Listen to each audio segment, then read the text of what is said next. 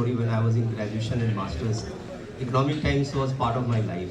So I used to keep cutting off the editorial page. I'll cut that and then I'll file it, and every month I will create the index and according to the subject and things like that. And my habit was that whenever I'll go and prepare, participate in some event, conferences, etc. So I'll just take out the file and then find out the relevant portion and then read and then go participate. That was the edge I have created for myself vis-a-vis other students. So this is not a small tool that is there it's just a small paper in your hand. It's actually a very powerful tool for each one of you sitting over here.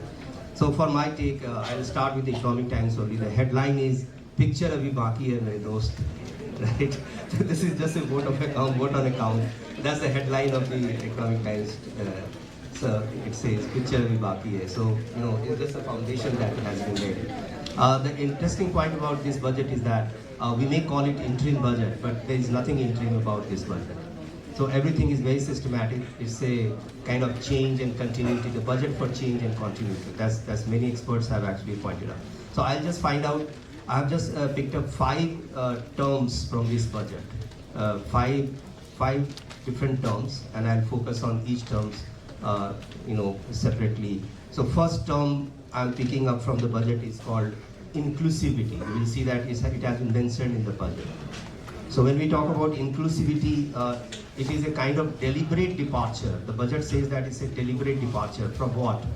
So if you look at in the past, the kind of development philosophy adopted, it was basically the area approach or the family approach. But here, the deliberate departure is that it's kind of whole of the nation approach. So nobody should be left behind. So it's a kind of everybody included, and that is what it says, a deliberate departure from the past in terms of inclusivity. That's one. And if you look at the elements of this inclusivity, so I would like to refer to housing. Enough has been said on that. Then the water, then you have the electricity, the cooking gas, then bank account.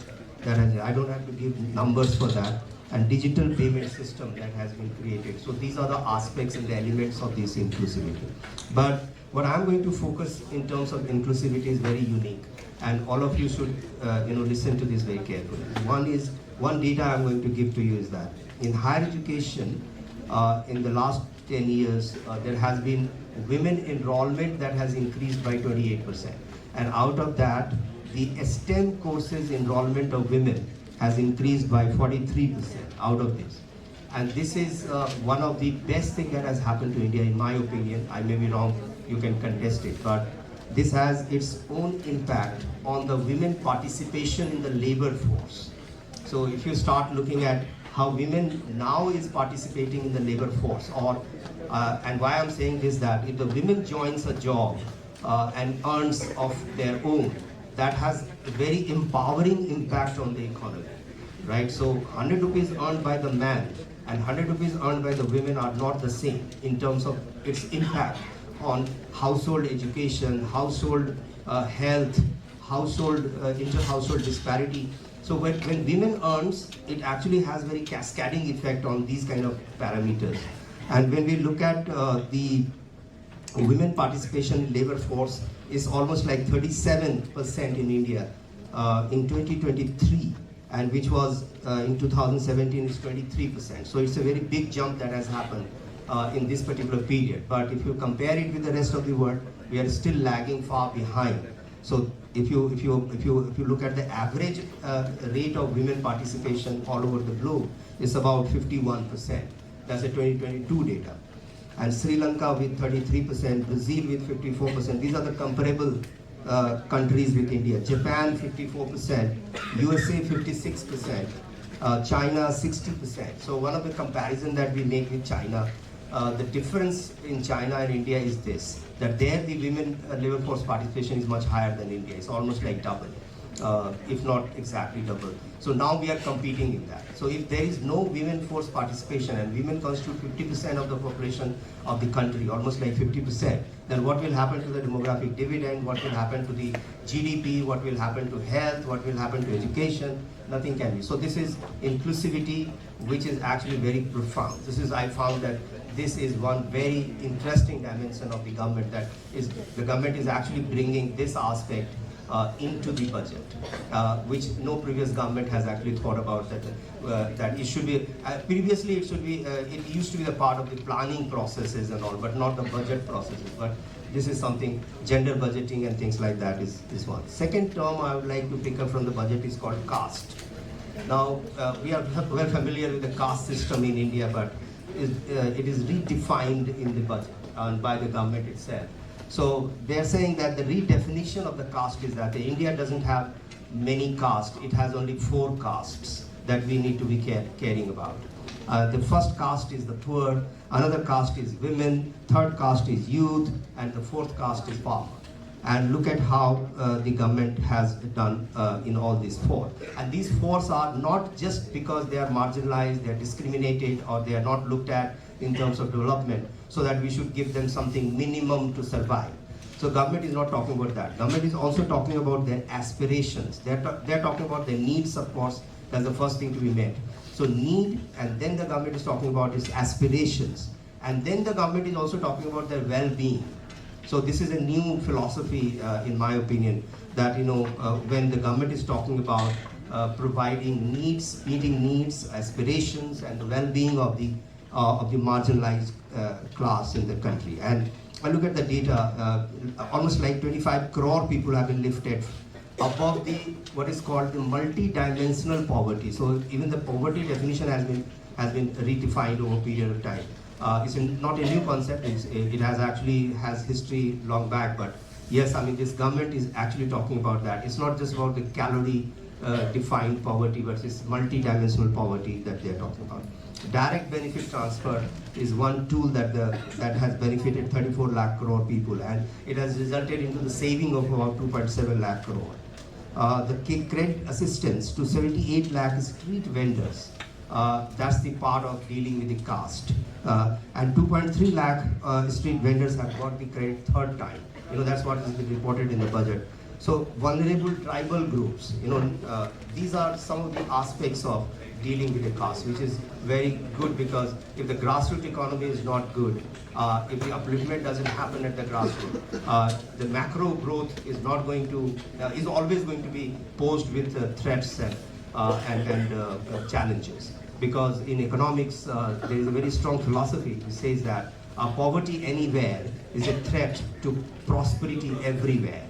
So, you may get prosper, but if your countrymen remain poor, and that can happen. That kind of dichotomy has been seen in many countries, where the country's overall GDP has increased, but the per capita income of many people, most of the people have actually not at par. So that country is always going to be bristled with controversies, agitations, street protests. So that is going to undermine the growth. So in order to have a balanced view of the country, this is very important. Third term I have picked up from the budget is called GDP. So here also it's not about the GDP growth.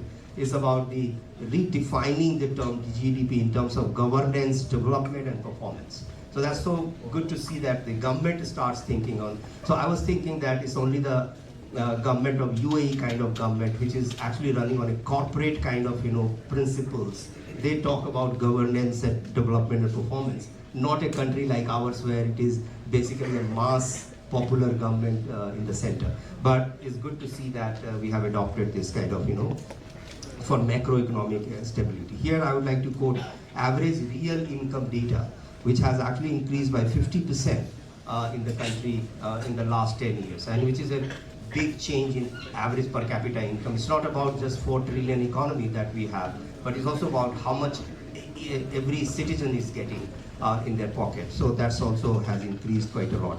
And with the inflation moderate, digital infrastructure has become a new factor of production. So some 5, 6 years, 10 years down the line, digital infrastructure was not at all considered that mainstream talk, but now you see is one of the factor of production now. So you cannot actually think of doing anything without digital infrastructure, and it's available.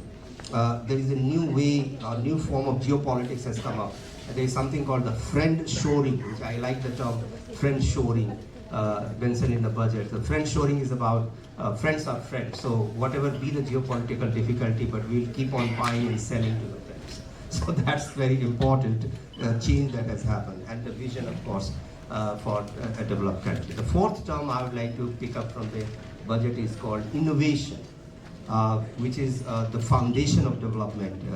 And for a tech-savvy country and the youth, which is very tech-savvy, this will be the golden era for them. So, youth sitting in this hall, and also youth of the nation, they should feel proud of the fact that they are born in this era, and they are actually going to enter the labor market and the job market in this era. So they should focus more on utilizing this tech which is going to be available to them, equip themselves properly, read as much as you can. Your skill is going to fetch you what you really are looking for. And there is no constraint in fetching the skill. You cannot just say that, oh, I'm in rural area, so I'm not having access to this. I'm in this part, I'm not having access to that. There is no constraint these days. Everything is equal. So, you can have access to everything. So it's only the mental constraint. If you have the Economic Times, if you're not reading the Economic Times, it's your problem, it's not others' problem. So, if tomorrow, if you're not benefited from the growth as much as you should have, blame it to yourself, nobody else. So that's the kind of golden era that we are having here. CapEx expenditure has already been talked about. Railway, airports, metros, defense, already been talked about. So a lot of innovations coming in. The fifth term, and the last one I would like to pick up is called the green energy for the sustainable and net zero by 2070, or the blue economy 2.0, kind of coal gasification capacity of 100 MT by 2030. And this is going to be a big deal, and this will help in reducing the imports of the natural gas, methane, ammonia. So, there is a lot being done on sustainability and sustainable energy or green energy, because without that there is no future, because we share one earth, and if you really believe in that, if you have the theory of UFO and capturing other earth, that is a different story, but as of now we have only one earth. But we have to keep activities very sustainable on this earth, because the capacity is being reached now very, very soon. The mandatory blending of the compressed biogas with CNG and PNG. I don't know, these used to be earlier the part of the science policy, or maybe some technology policy, never been the part of the budget. But the government is actually bringing all these kind of electric vehicles inside the budget is a great deal. One of the criticism that I faced, and probably the audience would also like to ask after this, is the rise of the debt. And I have prepared, I was looking at the debt scenario all over the world. So just preempting that question as my last take is, so I was looking at IMF data which belong to 2022 and 2024. So the latest is available for 2024, and I was looking at the debt GDP ratio. So of course the debt in India has increased, the borrowing has increased, but recently looking at the fiscal deficit, the way it is managed, the monetary the revenue deficit, and even the primary deficit, all three are actually going down. But one may criticize that in the sense that, okay, you had the target of keeping revenue deficit to zero, and it is not zero, it is almost like 3.2% at the moment. You had the target of phasing out the fiscal deficit, but fiscal deficit stands at 5.4 today, and your projection is 5.1. So one can argue like that. But look at the COVID, look at the capex expenses that has increased.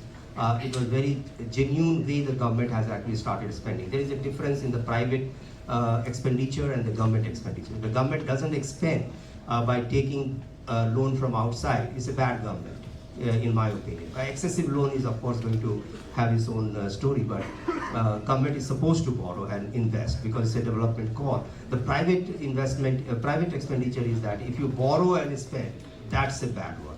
Because as a private person, you are not supposed to borrow and spend, but the government is supposed to borrow and spend. If they don't do it, that's a bad thing. So government is supposed to borrow, but where is the limit?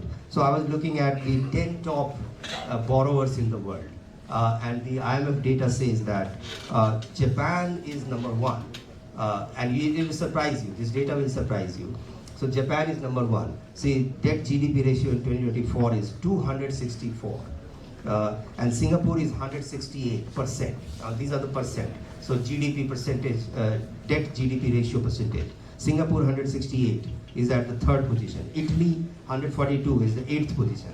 And surprisingly, US is at 9th position. Is on one of the top 10 borrower in the world, is at 129%. So you must be thinking, where is India? So India at the moment is 89% of its GDP, which is of course a fairly high one.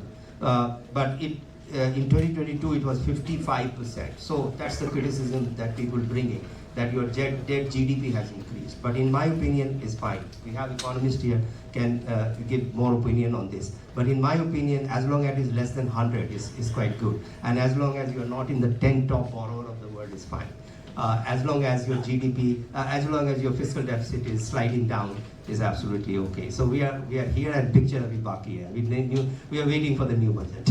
And waiting for the next budget coming.